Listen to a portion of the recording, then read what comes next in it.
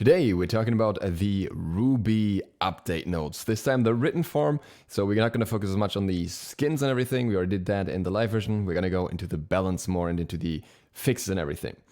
Quick gloss over the skins here. So we have the Ruby skins, and in all honesty, in my opinion, the only one worth considering or worth buying the battle pass for is Weiss Freya, because I think she turned out pretty decent overall, pretty good actually. Can't complain about that. They had a nice implementation of her runes as well and everything. So yeah, everything came together there. And the other three didn't come together that much. They fell apart a little bit. We see a lot of the potential they could have had in their VXG effects actually, but I would have rather seen more of that in their abilities, because you're not really going to use the VXG all that much in comparison, you know. And then there is the classic Ruby Rose Thanatos. So if you want to complete the full battle pass, this is the bonus prestige path, which actually is, you know, a bit of a remodel almost from this one, like slightly, ever so slightly. And it's going to be easier to do because the battle pass is longer than usual. And it also comes with a slightly shorter, like slightly lower amount of points needed. So it's very much manageable if you want to get this. Then we have the other skins, which are really cool. Living Death Scylla, really, really cool. Everything revolving on skulls, funny accent as well. Mouse for Ganesh, long requested, really cool one. Codebreaker Osiris, also really cool, kind of Destiny vibes, but it works really well. He has an axe as well, which looks cool. Pink Goldus Pele, also really cool overall. The hair could have been a bit better in my opinion. It kind of fails compared to the normal Pele hair, but the weapons make up for it. Divine Machina Apollo, also completely new theme, which looks pretty cool, even though I don't like Apollo.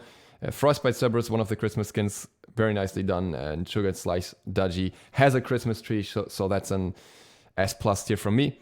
Oh, lovely Goddess of Demonetisation is getting all of these remodels for all the skins. A shadow skin as well, actually, by the way, and they look pretty cool. The only thing that I think is unfortunate is the hair is more like this one, where it's like kind of a board behind her head, and not like these two where it's hanging on the side or hanging or floating around, kind of like that. Limitations of animation, but also kind of sad, because it would make the skins so much cooler still than they are here. And I think the skin color is a bit off on some of them compared to the card art, but yeah, that's that. So, release schedule. The Ruby Battle Path is coming out, and Living Death Scylla, Mouseforge Ganesh initially, and then we have Codebreaker Osiris and Winter Wonderland on November 19th. Pink Goldus Pele on the 26th. So these must all be Battle Pass skins, actually. I didn't check that. Should have checked that. Sorry. Odyssey. So it's exclusive ones. So, Scylla Odyssey, Mouse Force Odyssey, Osiris Odyssey. That's cool. All Odyssey. Pele as well. Wow. Okay, so Odyssey is going all out. If you bought that already, you're in for a treat. Apollo also Odyssey, and then the other two are Winter Wonderland chess, of course. So cool. Really, really, really nice in terms of skins.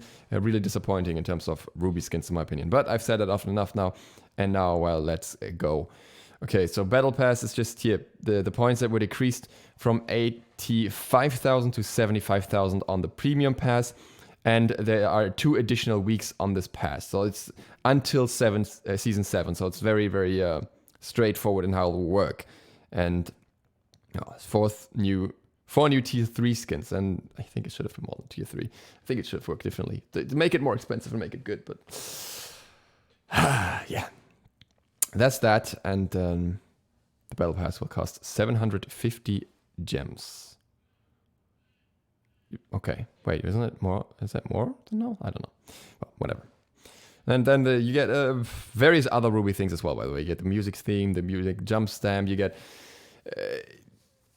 loading frames, announcer packs for all of the different characters, the global emote, award skin as well for Zwei, all that kind of stuff. The loading screen, loading frame. And then you get a title as well at the end, which is the Huntsman title. It's probably a Huntsman title, but I'm not sure. Maybe that's something in the show that I don't know. All right, general. Co-op bots weren't working as intended, so they're fixed. And probably found out during the first one of the day thing now. And the wall bug is fixed too, which is nice. The other bug that was there, I think it shows up later, but that was fixed as well, the Pyromancer bug. Okay, interface issues. So the cosmetic item loadout reset, that was an issue for a lot of players, that's fixed. I don't know why they didn't fix the thing where when you pick a skin, you don't get the skin, and it doesn't seem like it is. So make more clear when you receive a new message in your lobby to ensure that players don't miss vital communications. Okay. Fixed an issue in match lobby where the old drop-down filter could still be accessed. That was super annoying where you like accidentally have 2 at once. So that's fixed. That's nice. Friend list didn't work properly, and chat that disappear, and no general chat at the end of the match lobby, whatever. Okay. Some fixes for different modes here, actually. In Arena, you could avoid tower damage, so that's fixed. The Pyromancer is fixed. Duel, MMR is fixed, even if the enemy surrenders 5 minutes in. Clash is fixed a description that say players would be playing against bots in PvP matches. You mean the truth? They fixed the truth away. And then we have various god fixes. So Horus ultimate did magical damage. Interesting. Cabrakan fixed an issue where Harbor could knock up gods on top of walls of Cabrakan's ultimate. Okay. Skadi fixed an issue where Kalda could fall through the floor of maps. Good that that's fixed. Jormungandr could get in a bad state when he died during firing his ultimate. And Kumbhakana can no longer be executed. So it's no longer a counter to executes. He can no longer go on his passive when executed, this way around. So he can no longer counter executes when his passive is up. Instead, now his passive will not go on cooldown. He will just outright die and be executed, but his passive will not go on cooldown. So the next time he's killed, he will still have his passive. So you can die potentially after that or something. I don't know. And this is only for Kumbhakana, and it should also be for Persephone. And yes, and the gods that have like death immunity in other ways are not going to die. Like Kali and Chiron are not going to die during their ultimates. So there's still a bug though. It says currently Kumbhakana can still be executed if he's already in his passive triggered state. This is still being updated. So if he gets to his passive state, then you can't execute him anymore once that's fixed. And Persephone actually gets a big fix, a different one.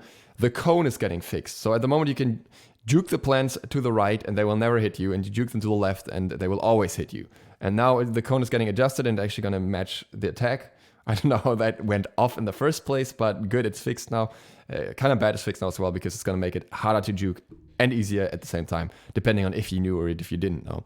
So we'll see what that does and how easy it is to juke now, depending on your movement speed. All right. And then if she's executed, she will not revive from her passive. And it brings a massive mechanic in terms of counterplay for Persephone. For Kumbhakana, this is kind of like, yeah, okay, I guess, you know. It's annoying, but it's not a big deal. But for Persephone, this is a big deal, because a big frustration factor with Persephone is that she has this extra life. Even if you focus her down early in the fight, she can still keep fighting, and you committed everything to her, and then you're still fighting against 5 enemies. And now you can say, no, we're not going to do that. We're going to use our Thanatos. We're going to use our Achilles, our Kwang. And all of these gods are going to ramp up in popularity, I think, just to counter Persephone.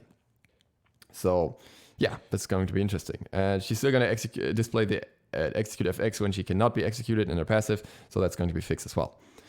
Thanatos had an issue where he was not executing them through their passives, but now that's fixed. And Umoja is getting a lot of fixes. General fix an issue where buying Umoja would show the wrong god icon in the notification, blah, blah. Basic attacks fix collision bugs so that ally deployables are no longer highlighted and enemy deployables can no longer be hit with a wider radius. Moonstrike fix an issue where the Moonstrike targeter would have incorrect visual effects. Riptide, this targeter now changes color when it is aimed in the location that would place the deployable in the opposite direction. I don't know why they didn't make that different, because you already have the animation of the ability itself that's showing up, and then you could just make the line in front or back of that, so that shows where the knockup is. I don't know why they need to use color for that, but I guess it was just easier to do. I think the other way would have been a bit nicer, but all right. And River's Rebuke fix an issue where players could be blocked by the ultimate walls but not hit by the sweep. Oh, nice! I thought that was intended. Nice. That would have actually been a game changer for me in one game. All right, that's cool. I thought that was because you can still kind of walk out at the end. That's cool. That actually might make it feel a bit more nice. Also, increased wall pushback force on the initial deploy. Also nice. Ymir fixed an issue where the bloody butcher skin had some inconsistent voice lines. Fixed an issue where Ymir could gain CC immunity from his ultimate, but not be able to escape Persephone ultimate. He can now escape the vines if he moves out after firing his ultimate. Good. And we have a Project Olympus. We have the Goddess of Demonetisation visual update. Let me hide that name real quick before it becomes a problem. So we saw that. Nothing else has been changed, really, except for the models, like no visual effects or voice or something. And there is a classic skin for her, which you can buy for 200 gems or 9,500 favor if you're just like that type of masochist and you also play with that ugly raw skin. So, acquisition screen overhaul, meaning the items that you unlock after a game or something will now not be as annoying. It's not going to show up like slowly the way it does now, and it shows you where it's coming from as well now, apparently. Streamer mode, you can, like, it's supposed to work properly now. Let's see if that works in actually hide names. And also B, the hide self option no longer exists, and instead there is just the hide all option. So you can't just use it to kind of hide yourself, but know who you're playing with and who you're playing against and abuse it that way, but rather you just don't know who's playing it all. Team composition helper. This is a good one. This is one that definitely we should applaud Hyros for. It's a minor thing, but it's so good to have anything that makes the game more accessible for new players. So this basically just tells you this team doesn't have enough damage of like magical damage or physical damage, or it's missing a guardian or I guess a warrior. Maybe it will even tell you something about CC, I don't know, but it just gives you a little bit of a hint of what you might want to do, but without forcing you into anything, and I think that's very good. And the deserter penalty is now more intense in ranked than in casuals. The penalty for a normal casual match has been slightly reduced. I'm not a fan of that, but at the same time, still lock your ability to play any game mode regardless if you deserted from. Of course, with the deserter, we always have the issue that if somebody deserts of something that's not their own fault, it's more frustrating. So it's like both sides suffer in one way or another. So rank gets a massive amount of changes. I don't think we need to read out all of this because it's basically just an explanation that like matchmaking is also being changed through all the different like player pools coming together and everything, and matchmaking feedback hasn't been hasn't been as popular apparently, so they want to see more posts about bad matches to know that there are bad matches going on. But well, anyways, so what they're doing this time is they're not going to do a soft reset for MMR. So no reset for MMR variants, but TP will reset. So and your reward progress will reset to the new rewards, and new rewards are available. So you can unlock your rewards again, but this time it feels like playing the same split otherwise, basically. Which is interesting because it will stabilize ranked more, and people are saying a lot of high-level ranked players are saying a lot at the moment that the ranked is just too unstable. There's not enough good high-level players, and I guess this might also be a bit in response to how Frost was talking about this before he left Smite. Rest in peace. And then God leaderboards will also be reset, and everything else stays the same. The game modes, one that will return here is Classic Domination. But now you get a speed buff at the start of the game as well, and cut path through geometry to make it easier to rotate from point to point. So that's going to feel a little different. It's going to be fun, and I hope I get the chance to actually play it in Australia. All right, and now for the really, really interesting section of this patch, in my opinion, the item balance. Arondight actually, well, it wasn't doing too well still. It got picked up a little bit for a while in the SPL, tried a little bit here and there, but I think it still stayed very niche. And Arondight is now interesting, but not from the passive perspective. But the passive is still kind of iffy, but it's not a problem at this point because the item is 2,600 gold and it now comes with 75 physical power and 10% cooldown reduction. It just has a massive amount of raw stats, and the other items that have that much power in the first place are just more expensive. Bloodforge is, I think, 2,800 gold. Let me verify that. Yeah, Bloodforge is at 2,800 gold for the same power and no cooldown reduction. It just has lifesteal, which is not nearly as relevant for junglers or for assassins. And Heartseeker is same power and 3,100 gold. So just through being lower priced than that, this may have some value now in a high power build, especially with the popularity that Transcendence has at the moment for like more late game oriented builds where you go heavier into power instead of going into penetration. I can see this being more useful as like a third slot item, for example. So yeah, the passive is just going to be a nice added bonus, I think, whereas the rest of the item is what we're going to focus on. And similarly, Staff of Myrddin, also, I mean, that's a bit more expensive, right? This is a 3,000 gold item. It was nerfed right at the start, but it still has 120 power and 10% cooldown reduction, as well as that very strong passive. And in Staff of Myrddin's case, the passive, in my opinion, is much stronger than the one we have on Arondight here. It's just very situational. It's just very luck dependent. And the best scout for it's still Ganesh. Just had this one game with Ganesh where I actually pulled it off, the double knock-up in the old wall. It's the most beautiful thing when it happens. But of course, it's not that common. And yeah, you get like 120 power here now, which is, for the price, still not the highest you can get, for sure. So you still have to have reason to build it outside of that, you know, around the passive and everything. So it's still, I think it's still going to be somewhat niche, but I don't think it's that bad that it's niche. If this was not niche and this was good on every mage, then there would be such a devastating item. So I'm very okay with this. Ethereal staff gets its price increased from 2,500 to 2,600. Super popular item, super good at the moment, and just kind of going more in line with the rest of items that have that much potential. Completely fair. Nothing wrong with that. Guard balance.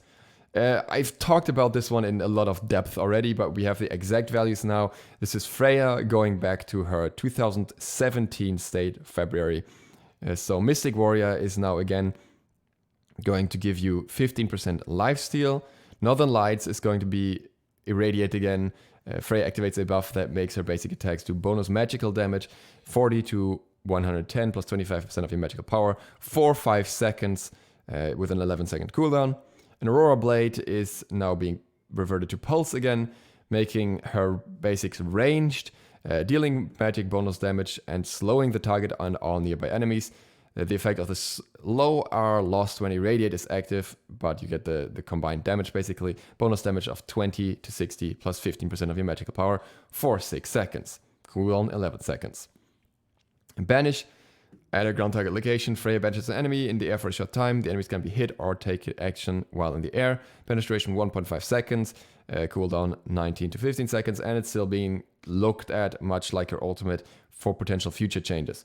Ultimate Valkyrie's Discretion also gets certain reverts here, with the damage now being 100 to 240 plus 35% of your magical power for 3.6 seconds and a 90-second cooldown.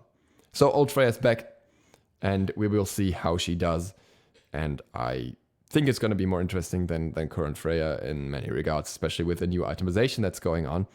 So we'll see what happens to that. Like, for example, what even happens with Freya and Staff of Myrddin now? I don't even know how that works. Can you just do Pulse twice in a row? Because if you can, that would be very scary. I just thought about that just then because we looked at Staff of Myrddin and I'm very interested now. Anyways, Amaterasu, Divine Presence, movement speed aura nerfed from 5% to 25% to 5% to 21%. It's just the top end. It's something that you usually won't even notice that much because you're already hitting diminishing returns if you have boots and everything. So it's usually going to be okay. And at the same time, Dazzling Offense going down from 95 to 275 to 80 to 260. Sorry, which is 45 in total. And I think that is, wait, I think there's some extra scaling in there, but like 45 base. But I think that's kind of fair. She's getting quite a few hits here for late game, especially because they buffed her in other ways, and her 2 is very, very strong right now. And they said that, you know, people prefer the higher early game damage, a bit more early game potential, than having to wait for late game with her. And make her late game a little bit weaker in return seems fair. I kind of like the old Amaterasu style where you have to wait until late game, but I can see why that's not always an option. So yeah, bit more evened out power curve. Cerberus! My boy Cerberus is here. We have like, I don't know what's going on with the names today. They already had apparently Amaterasu is actually called Amaterasu. And Cerberus is actually Cerberus, but now he's Cerberus. And Cerberus gets a buff. Spirit of Death, increased healing stolen from 40% to 50%. I think this is going to be noticeable in certain matchups. think it's not going to be super overwhelming, it's 10%, but it's also 10%, you know, which can be good. Like if you're against a hell, it's definitely going to be nice. But the more interesting part here is Ghastly Breath. Increased protection threat from 6 to 14 to 5 to 18 from stack. And they said they're kind of meeting in the middle here. Originally, it used to be up to 20, so a total of 60. And now it's 18, so up to 54, I think. And that means we have an increase of 4 at the max rank, which is not meeting in the middle, because that would have been an increase of 3. Because it's a gap of 6 from 14 to 20, so they're not really meeting in the middle. They're going more towards the upper end here, and that's because Cerberus hasn't been doing very well at all.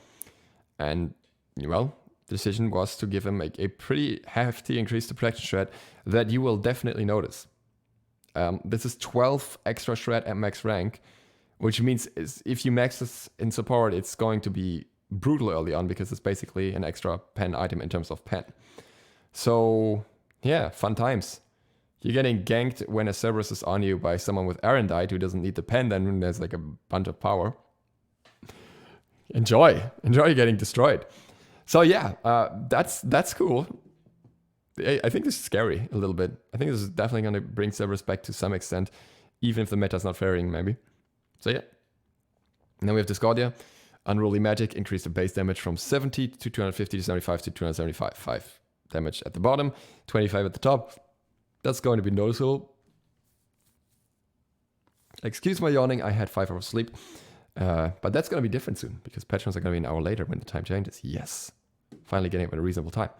And then Erratic Behavior, increased cooldown from 18 seconds to 16 seconds, which kind of means that all her cooldowns are reduced a little bit, because it reduces your cooldown. So, you know, by extension of that, I think it's, you know, it's okay. She's not been doing that hot apparently, and this is just a little bit of a buff here. That's not going to make her insane, I think, but helps her, and that's nice. And then we have Ganesh. This has a minor fix here. Dharmic Pillar was costing too much mana. 5 too much mana. 5 mana too much. That's going to be fixed. And Dharmic Pillar now caches aim, and that's actually really nice. It should now be placed where the player was targeting when cast. And I had this issue, and I never realized what it was, but I had this issue with Ganesh, where, you know, you place it down, but then you move the camera immediately, as you do in a fight, and then it gets placed differently from what you were aiming at. But it started animating kind of a bit, and then so you thought it's going to be placed there. So that's going to happen now, which I think is going to be very beneficial for Ganesh, so that's nice. And our Goddess of Demonetization, actually, despite getting a remodel, gets a lot of nerfs. Spirit Ball increased cooldown from 10 to 12 seconds. Dispel Magic decreased base shield health from 70 to 230 to 50 to 230. So lower at the beginning, and you're maxing this out relatively late most of the time. So this is gonna be noticeable. And Circle of Protection decreased base healing from 110 to 190 to 90 to 190. So also early nerfs here. And she has a good early game anyways, so I think that's not gonna be a problem for her. Especially the Spirit Ball is going to be noticeable into late game as well, though. So this is going to be quite a hit to her, but she's been quite a hitter as well, so I think it's fair. I think she might be like, the sweet spot might end up being somewhere between the buffs that she got and this nerfs, but we'll find out after these nerfs and see how she does then. And this is what I want to read out, just the beginning. Susanoo, everyone's favorite e-boy, has been getting too many likes lately. And he started to rise after the rework of Heartseeker, which makes absolute sense because he is just the god that makes very good use of it, because he has 4 very accessible abilities and he has an easy time proccing them on multiple targets. That's always been Susanoo's big deal. Even though people think that his big deal is single target burst with AA cancels, really what makes this character stand out is that both his ultimate and his 1 can easily be applied to multiple enemies. Even his 2 kind of can. And that makes such item effects always very devastating. So his Stormcutter gets a scaling decrease from 55% to 50%. I'm not sure what that means for the 3rd hit, how that scales at the moment, but probably going to be 5% of each of them. And Typhoon gets a scaling reduction from 140% to 125%. Because it's a scaling, this is not going to be noticeable in early game much.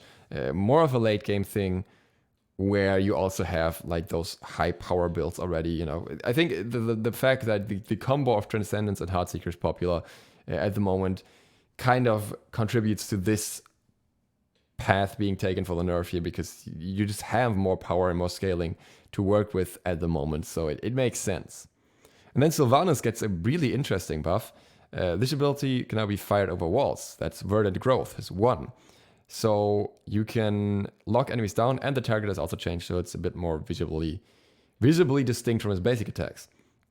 So you can now do a reverse of the old combo, which was using the pull into Verdant Growth, and now you can do a Verdant Growth over the wall and then just pull them very comfortably. And Nature's Grasp fixed an issue where the pull direction wouldn't match the direction Sylvanus was facing. This was not as common as like Ganesh. This is something if you spun around the camera really quickly. Didn't happen that often, but it did happen. This one makes me happy. This one makes me happy. Thor. I'm going to read this out because I'm going to enjoy this. Thor got a surge of energy in his mid-season rework. Although his high-level pick and ban rate increased, his win rate did not follow. Our primary goal was to make Thor an attractive pick at high end again, and that had succeeded handily. After watching his metrics and monitoring feedback for a few months, we feel safe to nerf this character. His new components should still allow him to be an interesting pro pick, but this should town frustration players have in normal games by lowering the instant burst potential of his ultimate. So I was talking about how I thought Thor was overtuned and super pop stompy right now, and super unfun to play against. And basically the response that Hyris initially gave on the dev inside, not a response, the overall, well, whatever, you get it, was that Thor is not overperforming and that he's not likely to see changes anytime soon. I think it was basically like, we're not really looking to nerf him. And I was like, he needs nerfs. He's not okay. He's not fine outside of more coordinated comps. And now he's getting the nerf, and I'm happy. It's giving me all the satisfaction that well, I feel right. I feel is it vindicated? Is that the right word? Well, Anvil of Dawn. Decreased damage from landing impact from 120 to 300 to 100 to 300. Early game damage down. There was an issue where the landing impact was listed as dealing more damage than it's actually doing as well. And decreased lightning damage on the initial target from 20 to 60 to 15 to 55.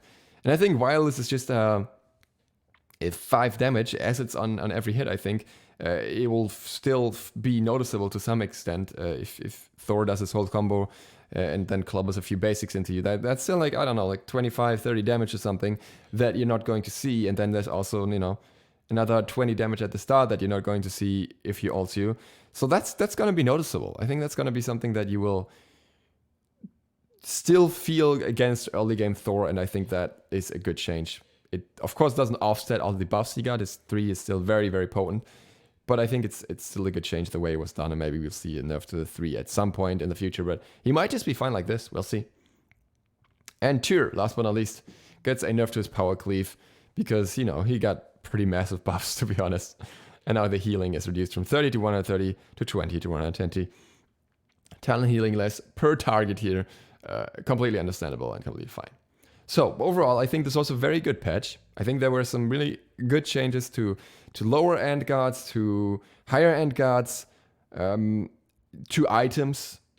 So I'm really looking forward. I actually want to play around with Arondight a little more as well. Now that's changed. The thing that I didn't like was the ruby skins. They just are so underwhelming, but I think most people agree with that anyway. So I don't need to talk about that one anymore. And with that, thank you guys so much for watching. I hope to see you all for the next one tomorrow. DukeSloth, out.